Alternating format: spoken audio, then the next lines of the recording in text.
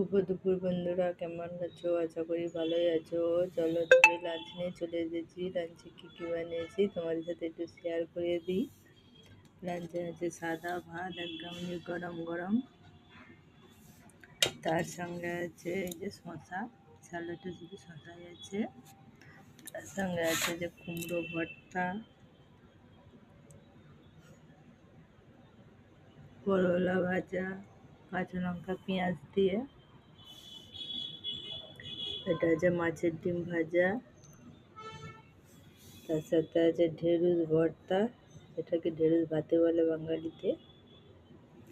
আর আছে এই যে কালকের একটু কষা কষা মাংস। মাংস 3-4 পিসই আছে, আর 2 পিস আলু আছে, বেশি নেই। আর ছাল দিয়ে বানিয়েছি। এটা হচ্ছে টক মাছের ডিম দিয়ে মাছের, আর ঢেঁড়স দিয়ে মাছের টক হয়েছে চিংড়ি মাছ দিয়ে, দেখতে পাচ্ছ বন্ধুরা। আর এটা আছে বাটিয়ে কালকের একটু মাংস, সাথে রুটি তো থাকবেই, বাচ্চারা রুটি খায়। এই হচ্ছে আজকে দুপুরের লাঞ্চ।